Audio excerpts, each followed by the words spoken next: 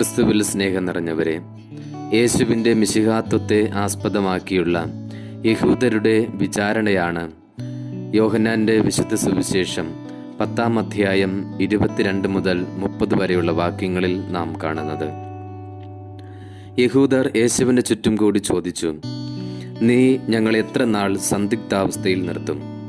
നീ ക്രിസ്തുവാണെങ്കിൽ വ്യക്തമായി ഞങ്ങളോട് പറയുക. യേശു നേരിട്ട് അവരോട് ഉത്തരം പറയുന്നില്ല. താൻ മുമ്പ് പറഞ്ഞ രൂപകാത്മക പ്രഭാഷണത്തിലേക്ക് യേശു അവരുടെ ശ്രദ്ധ ക്ഷണിച്ചു. താൻ വചനങ്ങളിലൂടെയും സംവാദങ്ങളിലൂടെയും ഇക്കാര്യം അവർക്ക് വെളിപ്പെടുത്തിയതാണ്. താൻ ചെയ്യുന്ന പ്രവൃത്തികൾ തന്നെ താൻ ക്രിസ്തുവാണെന്നതിന് തെളിവാണ്.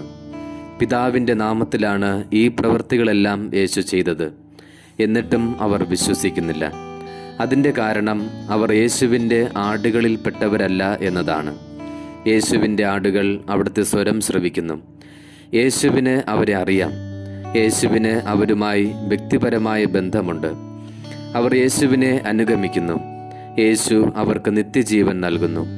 അവർ ഒരിക്കലും നശിച്ചു പോകുകയില്ല. ആരും അവരെ യേശുവിൻ്റെ അടുക്കൽ നിന്ന് പിടിച്ചെടുക്കുകയുമില്ല. അവയെ യേശുവിന് നൽകിയ പിതാവ് എല്ലാവരെയും കാൾ വലിയവനാണ്. പിതാവിൻ്റെ കയ്യിൽ നിന്ന് ആർക്കും അവരെ പിടിച്ചെടുക്കാനാവില്ല. യേശുവും പിതാവും ഒന്നാണ്. ഞാനും പിതാവും ഒന്നാകുന്നു എന്ന യേശുവിൻ്റെ പ്രസ്താവന പലപ്പോഴും ഭാരതീയ പശ്ചാത്തലത്തിൽ വളരെയധികം ദുർവ്യാഖ്യാനം ചെയ്തിട്ടുള്ള ഒരു വാക്യമാണ്. ഭാരതീയ ഉപനിഷത്തുകൾ പഠിപ്പിക്കുന്ന അദ്വൈത സിദ്ധാന്തത്തിന് സമാനമാണ് യേശുനാഥൻ്റെ ഈ പ്രസ്താവന എന്ന് പല ഇന്ത്യൻ ദൈവശാസ്ത്രജ്ഞരും വ്യാഖ്യാനിച്ചിട്ടുണ്ട്. അഹം ബ്രഹ്മാസ്മി എന്ന ഉപനിഷത്ത് മഹാവാക്യമനുസരിച്ച് ഈശ്വരനും ഭക്തനും ഒന്നായിത്തീരുന്നു. ദ്വൈത സങ്കല്പങ്ങളെല്ലാം മായികമാണെന്നും ഈശ്വരനുമായുള്ള ഐക്യത്തിൽ വിലയം പ്രാപിക്കുന്നതാണ് സത്യമെന്നുമുള്ള തിരിച്ചറിവാണ് അഹം ബ്രഹ്മാസ്മി മുന്നോട്ട് വയ്ക്കുന്നത്.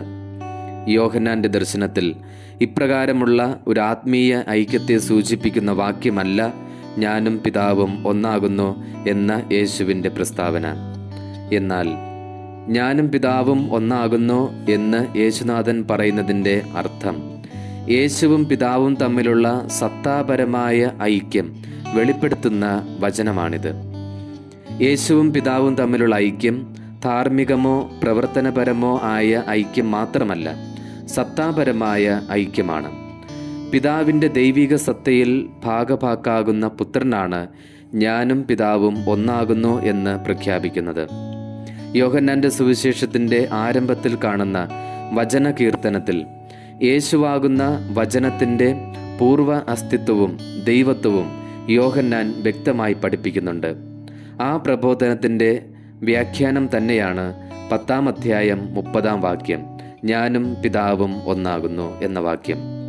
പ്രിയപ്പെട്ടവരെ, യേശുവിന് പിതാവായ ദൈവവുമായുള്ള സത്തയിലുള്ള ഐക്യം മാത്രമല്ല ഈ വചനം സൂചിപ്പിക്കുന്നത്, മറിച്ച് പിതാവായ ദൈവത്തിൻ്റെ പ്രവൃത്തികൾ തന്നെയാണ് താനും പ്രവർത്തിക്കുന്നത് എന്നുകൂടി ഈ വാക്യത്തിന് അർത്ഥമുണ്ട്.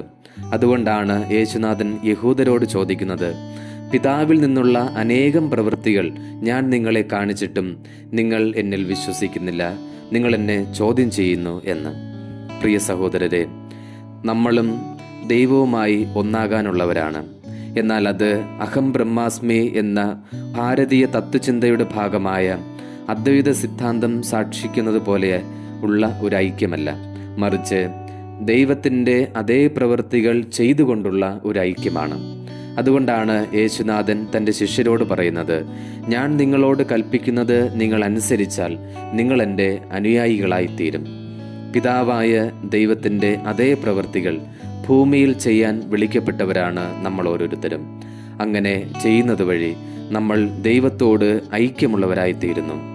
ഇതുപോലെ നന്മകൾ ചെയ്ത് കടന്നുപോയ യേശുനാഥൻ്റെ അനുയായികളാകാൻ വിളിക്കപ്പെട്ടവരാണ് നമ്മളെല്ലാവരും. പിതാവായ ദൈവത്തിൻ്റെ പ്രവൃത്തികൾ ഈ ഭൂമിയിൽ നിർവഹിച്ചുകൊണ്ട് നന്മയുടെ സാക്ഷികളായി ക്രിസ്തുനാഥൻ്റെ പിന്നാലെ യാത്ര ചെയ്യുവാൻ നമുക്കും സാധിക്കട്ടെ.